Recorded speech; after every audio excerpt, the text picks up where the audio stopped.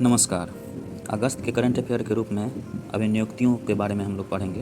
पहला है the attorney general of India. Bharat के अटॉर्नी जनरल यानी कि महान्यायवादी के वेणुगोपाल का कार्यकाल, जो के वेणुगोपाल हैं, उनका कार्यकाल 1 साल बढ़ा दिया गया है। अब 30 जून 2017 से 30 जून 2021 तक वो रहेंगे अटॉर्नी जनरल। तो अब अटॉर्नी जनरल क्या होता है, तो इसके बारे में हम लोग पढ़ेंगे कि अनुच्छेद 76 में भारत को विधि संबंधी विषयों पर सलाह देने और राष्ट्रपति द्वारा निर्देशित कर्तव्यों के निर्वहन के लिए एक महान्यायवादी यानी अटॉर्नी जनरल ऑफ इंडिया की व्यवस्था की गई है।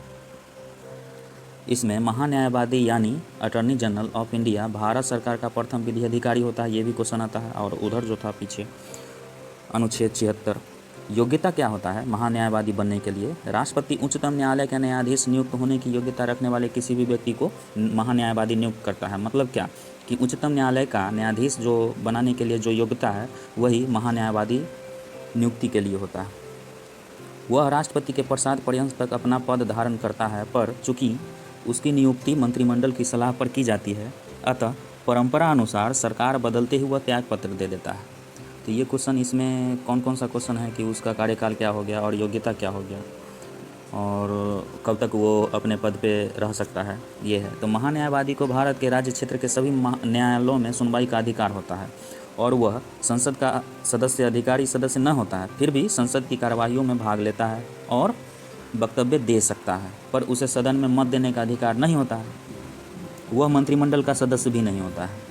अब दूसरा है कि जिनेवा स्थित वर्ल्ड इंटेलेक्चुअल प्रॉपर्टी ऑर्गेनाइजेशन वाइपो के नए महानिदेशक डैरेन टैंग 1 अक्टूबर से 6 वर्ष तक के लिए फ्रांसिस जूरी का स्थान लेंगे। इसका मतलब ये हुआ कि वाइपो जो है, जो जनेवा में उसका मुख्यालय है, पहले उसके महानिदेशक फ्रांसिस गेरी थे, जो अब डैरेन टैंग 1 अक्टूबर से 6 वर्ष तक के लिए होंगे। तीसरा है संयुक्त राष्ट्र महासभा के अध्यक्ष जो बनाया गया है टर्की के अस्थायी प्रतिनिधि वोल्कन बोलितिजर, जो कैवें सत्र के लिए 75वें सत्र के लिए 2020 के महासभा के अध्यक्ष होंगे। अब महासभा का अध्यक्ष चुनने का क्या प्रक्रिया है, तो पूरे विश्व को 5 अलग अलग क्षेत्र में बांट दिया गया है। जैसे पहला क्षेत्र है अफ्रीका, दूसरा एशिया प्रशांत, तीसरा पूर्वी यूरोप, चौथा है लैटिन अमेरिका और कैरिबियाई क्षेत्र, पाँचवा है पश्चिमी यूरोप व अन्य देश। इन पाँचों से बारी बारी एक व्यक्ति का चयन प्रति वर्ष जून माह में किया जाता है। इस बार पश्चिमी यूरोप व अन्य देशों के क्षेत्र में टर्की के वोल्कन बोलितिजर इस क्षेत्र में एकमात्र उम्मीदवार थे और निर्विरोध चुने गए। तो 74वें सत्र यानी कि इससे एक पहले जो अध्यक्ष थे 74वें सत्र के, वो तंजानिया के तिजानी मोहम्मद बांदे अफ्रीका क्षेत्र से आते थे। 1993 सदस्य देशों में अर्जेंटीना, इक्वाडोर व नाइजीरिया, यही 3 देश हैं जो संयुक्त राष्ट्र महासभा में 2 बार अध्यक्ष किए हैं अभी तक। और भारत के बारे में अगर कहेंगे तो भारत में विजया लक्ष्मी पंडित 1953 में 8वें सत्र हेतु संयुक्त राष्ट्र महासभा की पहली महिला अध्यक्ष बनी थी। तो संयुक्त राष्ट्र महासभा का मुख्यालय कहाँ है? न्यूयॉर्क में है। इसके बारे में और ज़्यादा डिटेल क्या है कि विश्व की लघु संसद भी इसको कहते हैं। ज़्यादातर निर्णय महासभा द्वारा बहुमत के आधार पर लिया जाता है।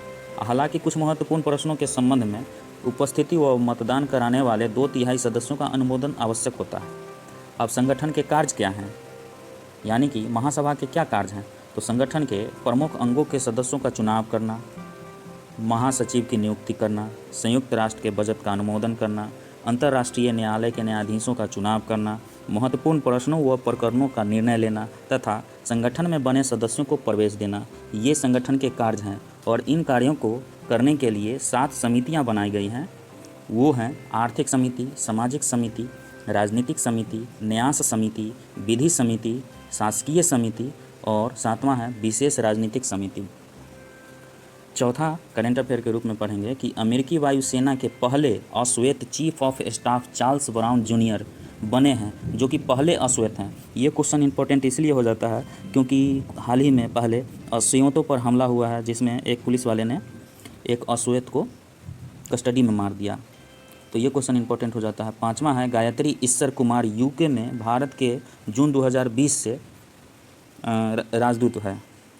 रवीश कुमार फिनलैंड में भारत के नए राजदूत बने और उनकी जगह विदेश मंत्रालय में प्रवक्ता के रूप में अनुराग श्रीवास्तव स्थापित हुए हैं। रवीश कुमार जो हैं विदेश मंत्रालय में प्रवक्ता थे, उनकी जगह अनुराग श्रीवास्तव आए और रवीश कुमार को भेजा गया है भारत के नए राजदूत के रूप में फिनलैंड में। तो 7वां है मोनिका कपिल मेहता, स्विट्जरलैंड में भारत की नई राजदूत बनी है। उदय कोटक जो हैं भारतीय उद्योग परिसंघ यानी confederation of Indian industries CII के 2020-21 सत्र के अध्यक्ष बने हैं। इंद्रमणि पांडे संयुक्त राष्ट्र संघ के जिनेवा स्थित कार्यालय तथा जिनेवा स्थित अंतर्राष्ट्रीय संगठनों के लिए भारत के नए राजदूत या फिर अस्थायी प्रतिनिधि कह लीजिए, जुलाई 2020 में नियुक्त किए गए हैं। श्रीकांत माधव वेद IOC के चेयरमैन बनाए गए हैं और IOC की अनुषंगी कंपनियां चेन्नई पेट्रोलियम कॉरपोरेशन व इंडियन ऑयल ट्रैकिंग लिमिटेड के भी चेयरमैन यही रहेंगे।